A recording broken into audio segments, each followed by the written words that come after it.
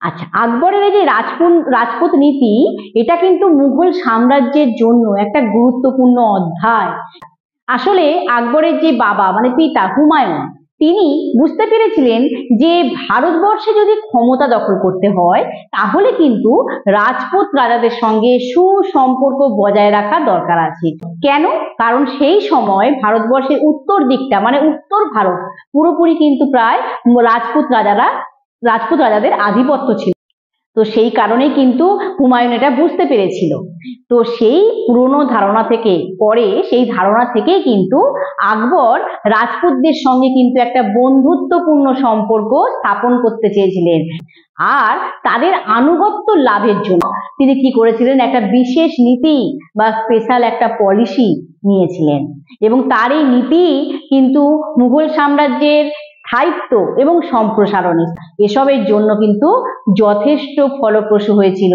এই আকবরের রাজপুত নীতির দুটি চারিত্রিক বৈশিষ্ট্য ছিল। প্রথম বৈশিষ্ট্য কি ছিল? প্রথম বৈশিষ্ট্য ছিল যে সামরিক সহযোগিতা এবং মৈত্রীর সম্পর্ক স্থাপন। আকবর কি করেছিলেন, তার মানে মুঘল সেনাবাহিনীর মধ্যে রাজপুত রাজাদের অনেকে উচ্চ পদে নিয়োগ করেছিলেন।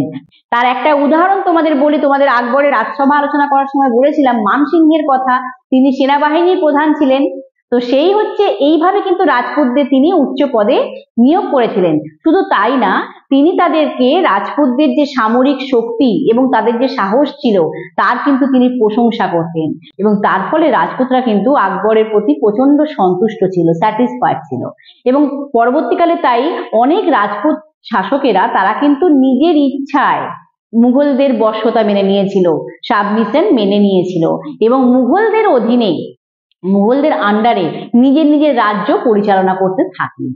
এটা কিন্তু কম কথা নয়, কারণ যে রাজপুতরা বারবার মুঘলদের আক্রমণ করেছিল ভারতবর্ষ থেকে তাড়ানোর জন্য, সেই রাজপুতরাই অনেকেই স্বেচ্ছায় নিজের ইচ্ছায় মুঘলদের অধীনতা মেনে নিয়েছিল।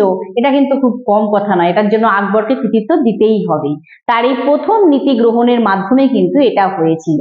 আর দ্বিতীয় নীতি তিনি গ্রহণ করেছিলেন বৈবাহিক সম্পর্ক স্থাপন করে। বৈবাহিক মানে বিয়ে করে। না, আকবর রাজপুত রাজকন্যাকে বিয়ে করেছিলেন। তার উদাহরণ কি? তার স্ত্রী যোধাবাই। যোধাবাই কিন্তু একজন রাজপুত রাজকন্যা ছিলেন। তো সেই আকবর কিন্তু এইভাবে বৈবাহিক সম্পর্ক স্থাপন করে রাজপুতদের সঙ্গে একটা ঘনিষ্ঠ সম্পর্ক গড়ে তুলেছিলেন। আর তার সঙ্গে সঙ্গে আকবর কি করেছিলেন, ধর্মীয় এবং সাংস্কৃতিক সহনশীলতার নীতিও গ্রহণ করেছিলেন।